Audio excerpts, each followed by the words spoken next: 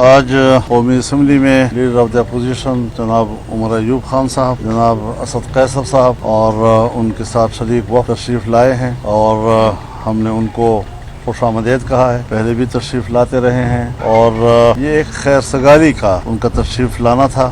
ان کا جو سوچ ہے کہ اپوزیشن جماعتوں کے درمیان رابطے رہیں اور ملکی مسائل پر ہم مشترک موقف لیتے رہیں اور ایک مشترک موقف لینے کے لیے ایک سیاسی ماحول بھی موجود رہے، تو اس تصور سے ہمارا کوئی اختلاف نہیں ہے۔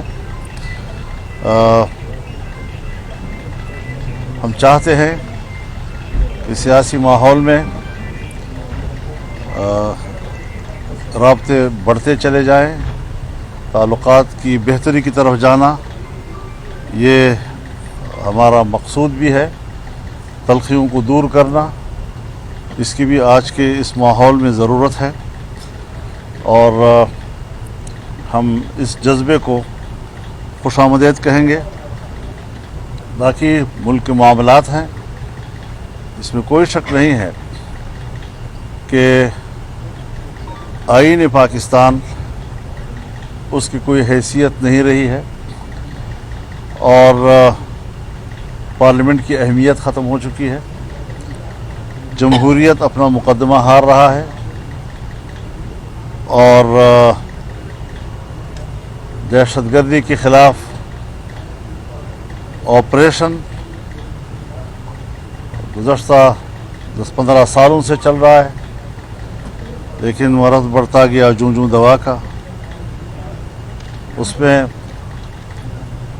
دگنا اضافہ نہیں بلکہ 10 گنا اضافہ ہوا ہے۔ اب یہ کیا حکمت عملی ہے کہ بڑے بلند بانگ دعووں کے باوجود وہ عام آدمی کو امن فراہم نہیں کر سکے، اور حال ہی میں چند دنوں پہلے قبائلی علاقے میں جنوبی وزیرستان میں ڈرون حملہ کیا پاکستان کی طرف سے اور عام شہریوں کو شہید کیا گیا اور اعتراف کیا اس کا، غلطی مانی۔ تو اس قسم کی منصوبہ بندی کے بغیر اندھا دھند قسم کا آپریشن جو عام آدمی کی زندگی کو خطروں کی طرف لے جاتا ہے، غیر محفوظ بنا دیتا ہے، ظاہر ہے کہ یہ کبھی بھی ہمارے لیے قابل قبول نہیں ہو سکتی صورتحال۔ اس وقت چمن بارڈر کے اوپر 6-7 ماہ سے لوگوں کا دھرنا بیٹھا ہے، جو یہاں سے احکامات جاتے ہیں اور جو وہاں پر قدغنیں لگائی جاتی ہیں، ان سے وہاں کے مقامی آبادیوں کا روزگار تباہ ہو گیا ہے، کوئی متبادل روزگار بھی نہیں دیا جا رہا اور بے ہنگم قسم کے شرائط عائد کر کے کہا جاتا ہے کہ یہ پاکستان کی ضرورت ہے اور پاکستان کا مفاد ہے۔ اب یہ معاملہ آگے بڑھ گیا ہے۔ جنوبی وزیرستان کا انگور اڈا، وہاں پر لوگ نکل آئے ہیں، وہ اپنی زندگی چاہتے ہیں، وہ اپنا روزگار چاہتے ہیں، وہ اپنا معاش چاہتے ہیں اور کوئی ان کو متبادل نظام نہیں دیا جا رہا۔ ان کو شاید اندازہ نہیں ہے کہ انگریز کے زمانے میں جب یہاں پر عارضی لائن ڈیورن لائن کے نام سے بچھائی گئی تھی تو وہ قبائل کے بیچ میں سے تھی، ایک بھائی کا گھر ادھر تھا تو ایک بھائی کا گھر ادھر تھا۔ اب اس قسم کی آبادی جہاں ایک بھائی ادھر ہے اور ایک بھائی ادھر ہے، ایک دوسرے کی آواز پہچانتے ہیں، گھروں سے ایک دوسرے کو دیکھتے ہیں، اور یہاں سے ایسی قسم کی پابندیاں ان پر عائد کرنے کی باتیں کی جا رہی ہیں کہ جو صدیوں سے وہاں پر موجود روایات کا خاتمہ کیسے ممکن ہوگا۔ بہت سے زمانوں میں اس قسم کی کوششیں کی گئی لیکن وہ کوششیں نہیں کامیاب ہو رہی۔ غلام خان کے اوپر لوگ نکل آئے ہیں اور وہاں پر اضطراب ہے، جمرود کے اوپر لوگ نکل آئے ہیں، وہاں پر یہی اضطراب ہے کہ قدغنیں لگائی جا رہی ہیں عوام کے اوپر اور ان کو کوئی متبادل روزگار کی طرف کچھ بھی اشارے نہیں دیے جا رہے ہیں۔ تو یہ ساری صورتحال ہمارے ملک کی ہے، ہمارا اس کے لیے فکر مند ہونا ایک فطری امر ہے، اور اس حوالے سے ہم یہ سمجھتے ہیں کہ जो भी हमारे मुश्तरकात हैं पार्लियामेंट के अंदर हमारी उस पर आवाज़ एक होनी चाहिए और मुल्क के अंदर भी एक खुशगवार सियासी माहौल की तरफ हमें बढ़ना चाहिए।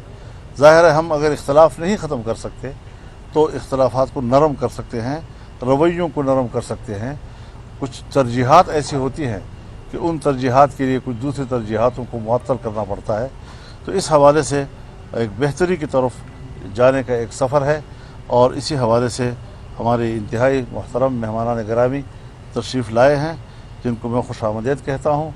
बाकी गुफ्तगू आप उनसे सुन लीजिए। बहुत बहुत शुक्रिया। बहुत शुक्रिया जी। बिस्मिल्लाहिर्रहमानिर्रहीम। बहुत शुक्रिया मौलाना फजलुर रहमान साहब, जो जमीयत उलमाए इस्लाम फे के लीडर भी हैं और उनके साथ ही उन्होंने आज खुले दिलों के साथ हमें यहाँ पे खुशामदीद कहा। जिस तरह कि मौलाना फजलुर रहमान साहब और मैं ज़ाती तौर पे हमारा ताल्लुक़ इनसे बहुत पुराना चलता आ रहा है। बड़ी मुस्तफ़ीद गुफ्तगू शनीद हुई। बहैसियत लीडर ऑफ द अपोजिशन कौमी असम्बली में हम लोग चाहते हैं कि चाहे वो JUI फे हो, हमारी जितनी पार्टियां हों, तहरीक तहफ़्फ़ुज़ आईन पाकिस्तान के तहत कि हम लोग पाकिस्तान में आइन और कानून की पासदारी के लिए हमारी ये जद्दोजहद चलती जाए।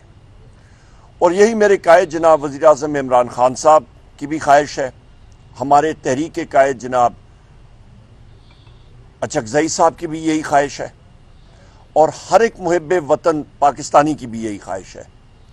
ये उस सिलसिले की कड़ी है कि आज बड़ी तवील और अच्छी गुफ्तगू हमारी होती रही और ये होती भी जाएगी आगे।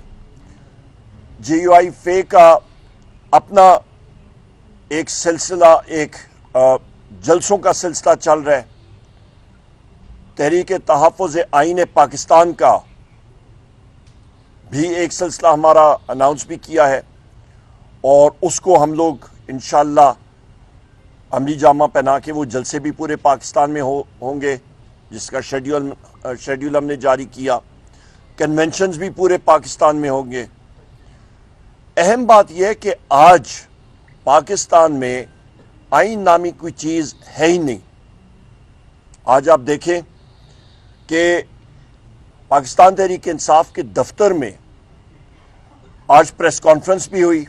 प्रेस कॉन्फ्रेंस के बाद हमारे साथी हमाद अज़हर साहब आए और उसके बाद इस्लामाबाद पुलिस का धावा जो सेंट्रल ऑफिस में बोला गया, उसकी हम लोग शदीद अल्फाज में मुज़ामत करते हैं।